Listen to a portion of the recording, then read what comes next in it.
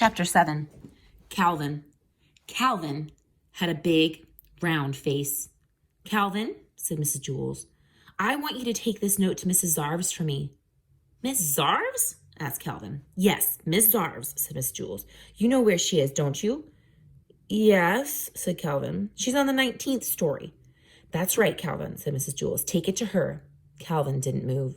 "Well, what are you waiting for?" asked Mrs. Jules. "She's on the 19th story," said Calvin.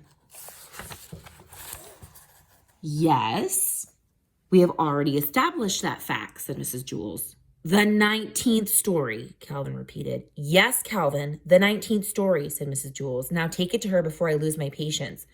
"But, Miss Jules," said Calvin. "Now, Calvin," said Mrs. Jules, "unless you'd rather go home on the kindergarten bus." "Yes, ma'am," said Calvin. Slowly he walked out the door. "Ha, ha, ha," laughed Terrence. "Take it to the 19th story." "Give it to Miss Zarves," hooted Myron. "Have fun on the 19th story," called Jason. Calvin stood outside the door to the classroom. He didn't know where to go. As you know, when the builder built Wayside School, he accidentally built it sideways. But he also forgot to build the 19th story. He built the 18th and the 20th, but no 19th. He said he was very sorry. There was also no Miss Zarves. Miss Zarves taught the class in the 19th story. Since there was no 19th story, there was no Miss Zarves. And besides that, as if Calvin didn't have enough problems, there was no note. Miss Jules had never given Calvin the note.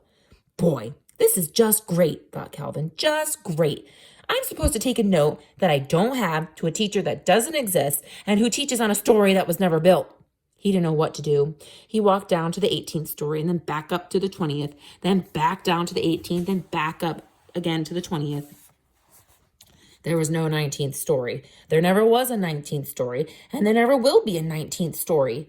Calvin walked down to the administration office. He decided to put the note in Mrs. Zar's mailbox, but there wasn't one of those either. That didn't bother Calvin too much, however, since he didn't have a note. He looked out the window and saw Louis, the yard teacher, shooting baskets. "Louis will know what to do," he thought. Calvin went outside.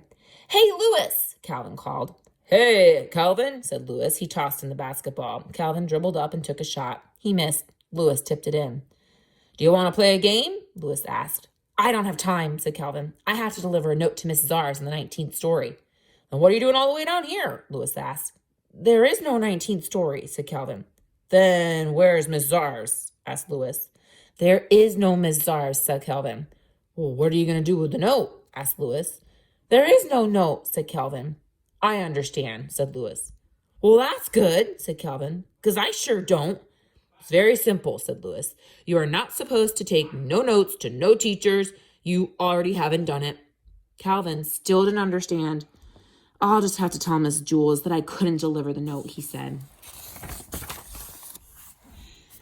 "That's good," said Louis. "The truth is always best. Besides, I don't think I understand what I said either." Calvin walked back up the 30 flights of stairs to Miss Jules' class.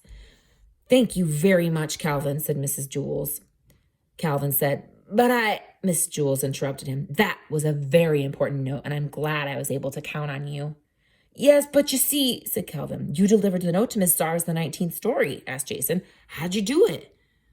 "Well, what do you mean, how'd he do it?" asked Mrs. Jules. "He gave Miss Zarves the note." "Some people, Jason, are responsible."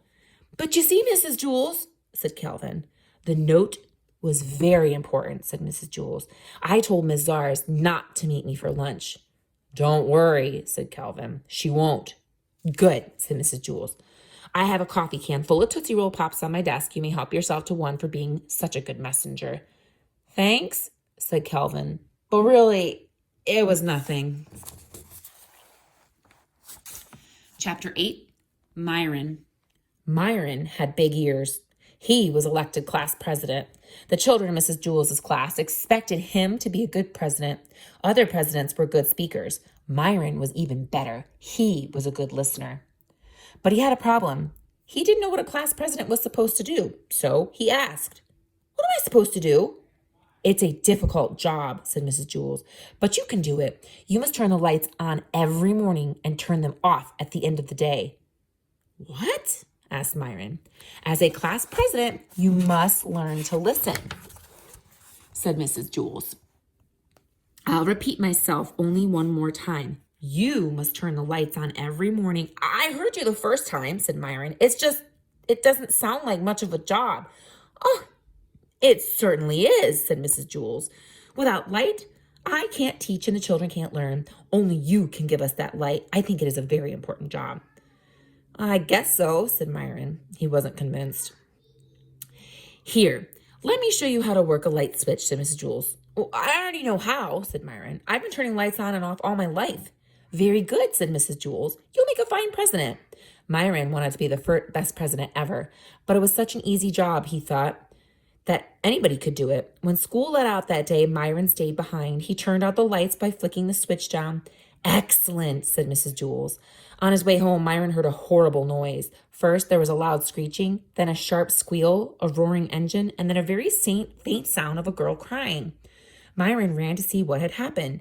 Dana was bent over in the middle of the road. What's the matter? Asked Myron. My dog, Pugsy, he was hit by a car, Dana cried. Well, who did it? Asked Myron. I don't know, Dana sobbed. They sped away. Well, that's not important, said Myron. We've got to save Pugsy. Pugsy lay unconscious in the street. Myron carefully picked her up and he carried her 2 miles to the vet. Dana cried at his side. Don't worry, Dana, said Myron. She'll be all right. But he wasn't really so sure. He gave Pugsy to the vet, walked Dana home, and then walked home himself. Dana was so upset that she forgot to thank him. Myron didn't mind. He thought that was what being class president was all about. The next morning before he went to school, Myron went to Dana's house. Pugsy was there. She seemed all right. Dana petted her. Pugsy licked her face. See, Myron, she's all right, said Dana. The vet said that you brought her in just in time. Hi, Pugsy, said Myron, and he petted her. Pugsy bit his hand. Well, I guess she doesn't know you, said Dana. She was unconscious yesterday when you saved her life. Dana's mother put some medicine and a Band-Aid on Myron's hand, and then she drove the children to school. They were late. They ran up the stairs to Mrs. Jules' class. The room was completely dark. It's about time that you got here, Myron, said Mrs. Jules. We have no lights. Well, why didn't somebody else just turn them on, asked Myron.